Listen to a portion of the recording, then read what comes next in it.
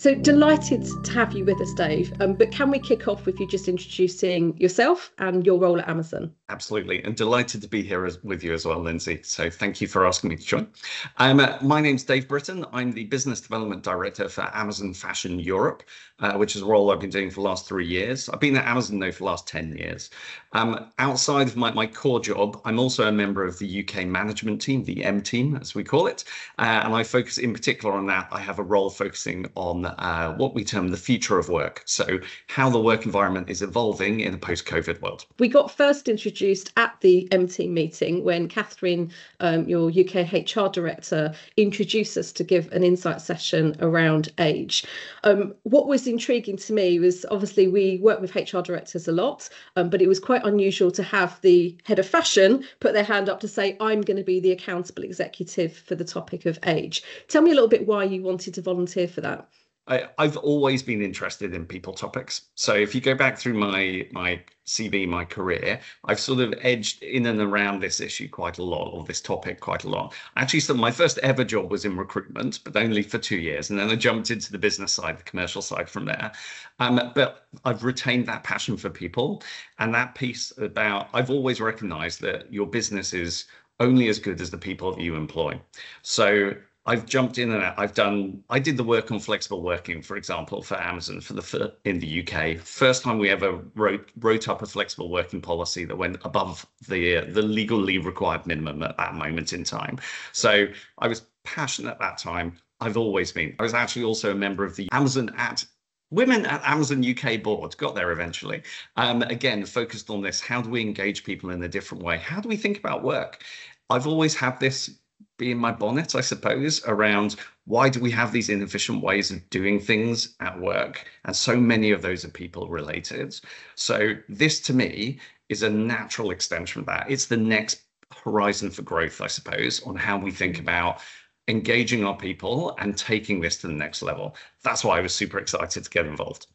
Fantastic. And what we see is, age is a strategic topic. We have an aging customer base, we have an aging workforce, yet so many leaders seem to put it in the box of this is for HR to go fix.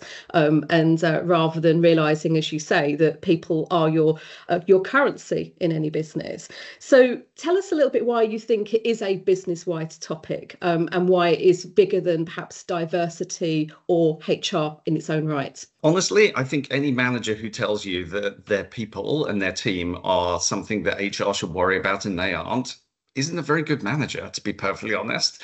That's why I think it's important to everyone. I don't know a single organization, a single function out there that isn't going to be impacted by this over the next few years. As I learned from you early on, by 2030, over 50 is going to be over 50% of the employee base in the UK. If you're not thinking about that now, you have a problem. And that goes whether you're in finance, whether you're in business as I am, whether you're in marketing, whatever. Every single team is going to have that issue. I've seen it play out in different places in different teams. I should say, although I'm at Amazon now, I used to be at John Lewis, had a very different age profile from Amazon, but still, you definitely saw the same dynamics playing out there, and how you think through this, how you make your team effective when you're thinking about how they need to operate across generations is something we don't really talk about much at all, but it's something that every single leader needs to think about in order to be truly effective. That's why I think so. Your HR partner cannot solve that for you. In the same way, your HR partner can't solve for you do you have the right Myers-Briggs profile mix in your team? Do you have the right racial mix, the right gender mix? They can't solve it for you. You have to solve that. They can give you tools, frameworks, ideas. They can't drive it. You have to drive it if you really want it to be a core part of your success.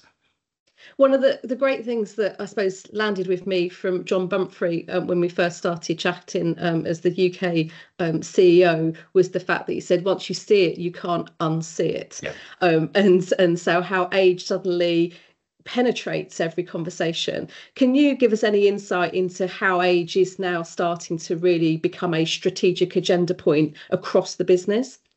Absolutely. So, as we talked about earlier, you came in and spoke to the UK management team, the M team, including John and myself, and Catherine and myself. Literally every single M team meeting we've had since then, we've talked about age in some shape or form. That can be a throwaway remark of somebody going, "Oh, actually, we'll need to think about that as we build the age strategy." Or it could be deep dive, as we had recently, into, "Oh, okay. As we learned from you, flexible working is super important to this cohort of employees or potential employees.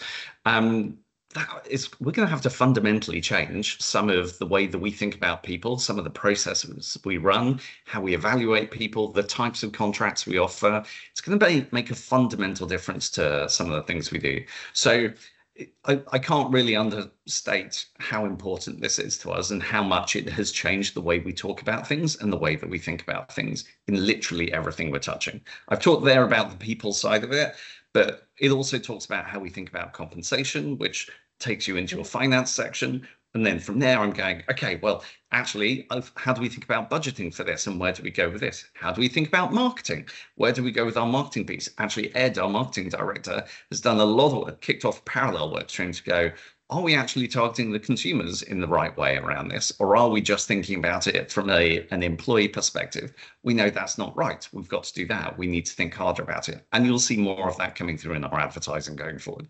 So just a couple of small examples, like where it really is touching everything that we're doing and changing how we think about things.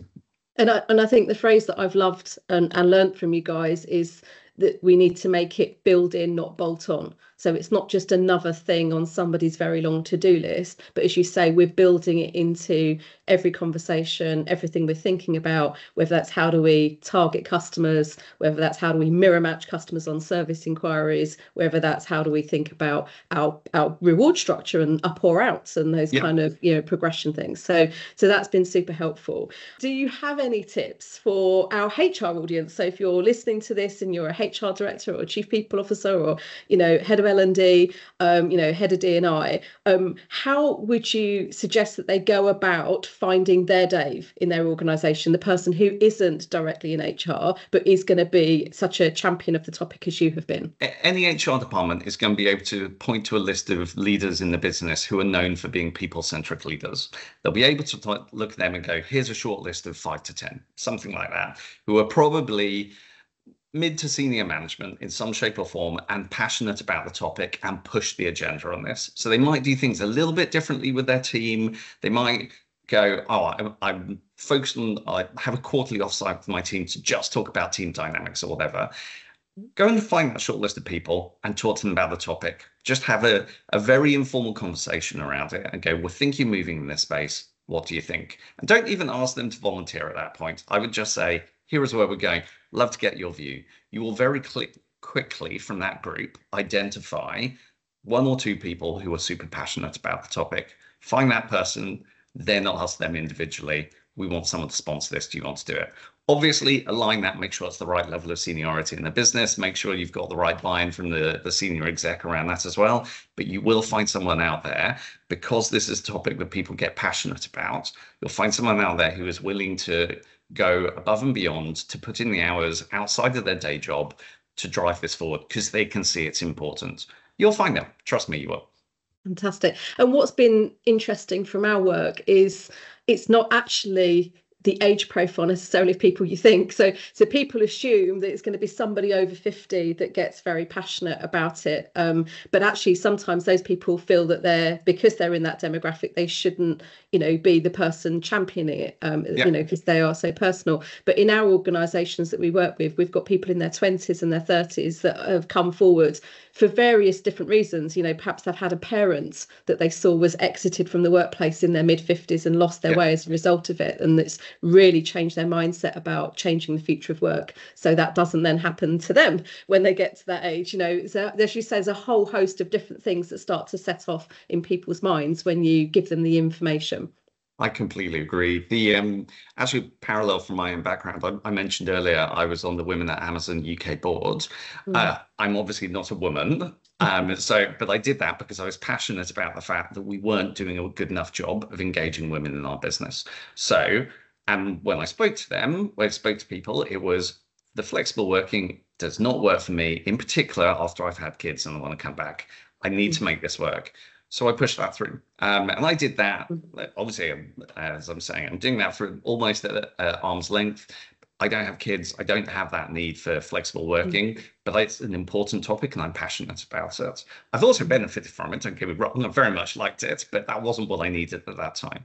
I think it's exactly the same with this topic. I'm not over 50 yet myself, although I'm not far off, but I absolutely am passionate about it for the same reason. I think it's future-proofing your business, and it takes years to get this stuff right. So if you're not doing it now, you're going to be massively behind the curve by the time we get to 2030, as we talked about earlier. You're going to be so far behind the curve.